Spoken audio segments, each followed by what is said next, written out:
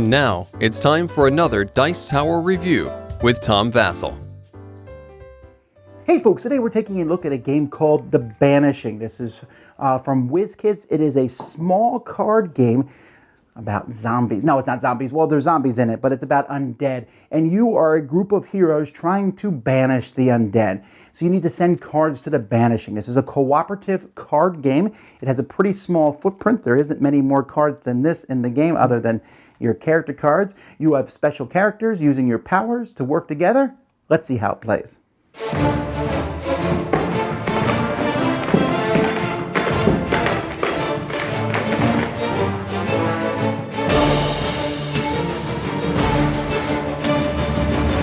So in this game, you're going to place 9 cards here into the void.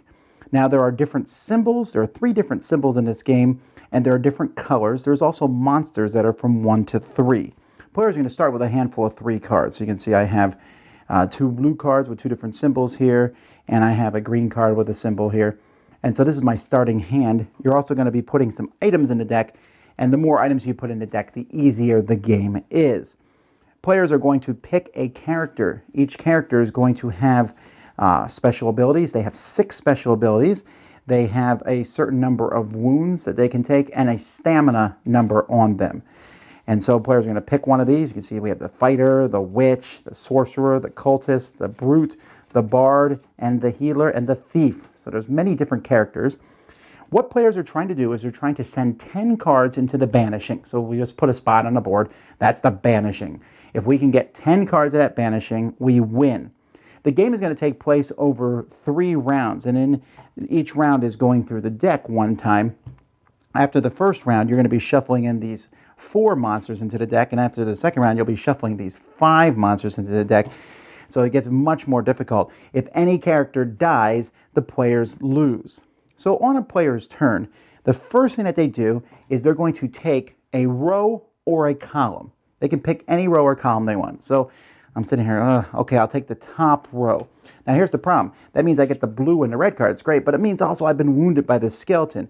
I would stick him over here in my wound pile. But I do have more cards now. You have a hand limit of 10, but still, there's a lot of different things you can do. Then you'll replace those 3 cards up there like this. Oh, wow. That top row is pretty terrible now. It's going to give 4 wounds to someone who takes it, and this column is going to give 2 wounds to the person who takes it. So after that, you then optionally can take an action. Now, there's some actions that anyone can do. One could be swapping 2 cards. So maybe I'd say, I'm going to swap these 2 cards. Why? The next person can get those 3. I really set them up for that. You can also trade a card with somebody else. Now, you're not allowed to tell people, you're not allowed to show your cards, but you can tell people exactly what you have, which, okay, whatever. So I can say, hey, I have a red swirly thing. What do you have? And they can give me a card, and we can go back and forth, and we can trade a card with someone else. Or you can rest. If you rest, you just discard your lowest wound that you have. This counts as 1 wound. If this had hit me, I'd have 3 wounds.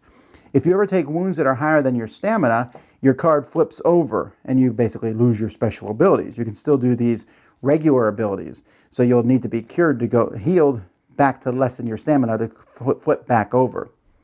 Now these special abilities are where things really matter. Each person has 6, like I said. If I play 3 red cards, doesn't matter what type, I can use kick. If I play 3 red cards with the same symbol, I can use spear. 3 green taunt, 3 green with the same symbol, bandage, fortify, and prison. So let's take a look at these. So here, if I play 3 red cards, I can discard 2 adjacent cards from the void. That'd be pretty handy. I can get rid of these 2. They'd be out of there. With spear, I can discard all cards from a row or column in the void. Well, that's useful. I could get rid of these 2, for example, if I did that one. The red ones are usually offensive things. So, for example, the witch can move an undead to the bottom of the deck, or discard a connected group of undead. Oh, that'd be cool. She could get rid of all 3 of those. The sorcerer can swap an undead with a card from the discard, or discard 4 adjacent cards from the void. Discard all undead equal to the level of your servant. The undead here has a servant that they can have, or discard all undead lesser than the level of your servant. So you want to get a servant here. The cultist has a servant, an undead who serves him.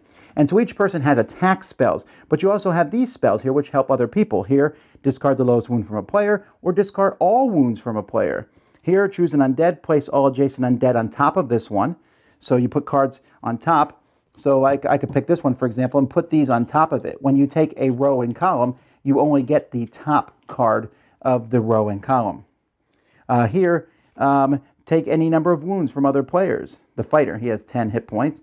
Or discard 2 of your wounds.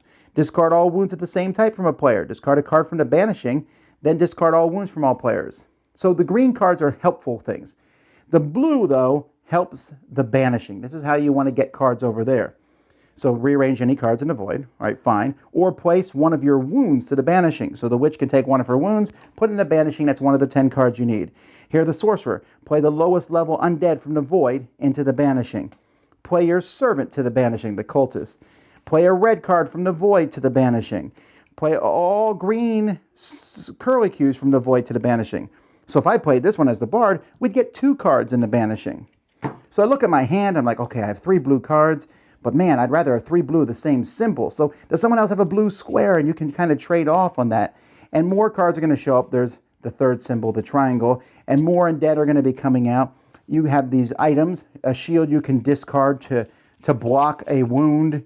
You also have armor, which gives you +1 to your stamina. A wand is basically a wild card. And if you don't do things quickly, though, these 4s get shuffled in, which is going to make the game a lot harder because 4s will knock almost anyone out, just one of them, and then the 5s, which is even worse. So you're going to play till someone is dead and defeated, in which case everybody loses, or till you get 10 cards into the Banishing. Now this game isn't probably going to light the world on fire. It is a fine cooperative game. I enjoy it.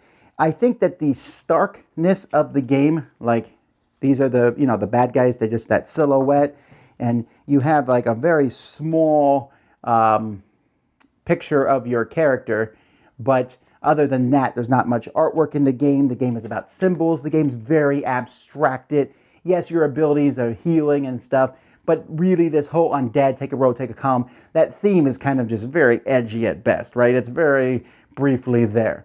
So if you're coming into a game like this for the theme, I think that this one won't be a big appeal to you. But sometimes you don't want to play one of these big sprawling cooperative games. You want to play something very quick and refined, and that's how this one works. Now it has that whole, don't show your hands to anyone else, but you can tell them what's in your hand, then just show your... I still don't understand those rules, but this game is definitely about working together as a group. The book tells you, I think, if it's your first game, you should play with, who did it say to play with the very first time? To play with the fighter, the healer, and the thief. And then it's add a sorcerer, witch, and bard as time goes by. Some combinations are going to be harder than others. You got to figure, you probably want someone with health because you want that person to suck up the wounds for everybody else. Having a healer is not a bad thing because you can get rid of those wounds. And so you're constantly sitting there like, what row, what column do I want? And many times you cannot do your special actions. You need 3 of the same color to do that. However, you can help set up other people. And this game, I do give this game points in that manner. It's really all about the, how can we help each other? How can I move these cards here? What can I do? Let me trade you the card that you need so that you can send a card to the Banishing. Because it's those 3 blue cards of the same type. You don't want to waste blue cards sparingly. You need to get cards to the Banishing, and you want to get them there as quickly as you can. And I don't think this game's even possible to beat going through the deck once. So when you go through the deck the second time, and there's bigger enemies in there, you're like, all right, we got to finish it now. Because once we go into the deck that 3rd time, it's going to be tough.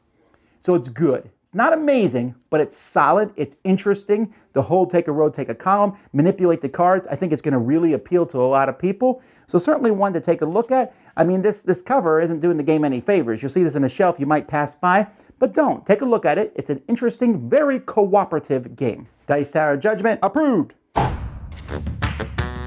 Thanks so much for watching the Dice Tower videos. Find more great videos and reviews as well as our top-rated audio podcast at Dicetower.com. You can also find other great shows at Dicetowernetwork.com. I'm Eric Summerer, and you've been watching The Dice Tower. The Dice Tower is sponsored by Cool Stuff Inc., where you can find great games for great prices. Cool stuff in stock. Check them out at CoolStuffInc.com. Shut the door!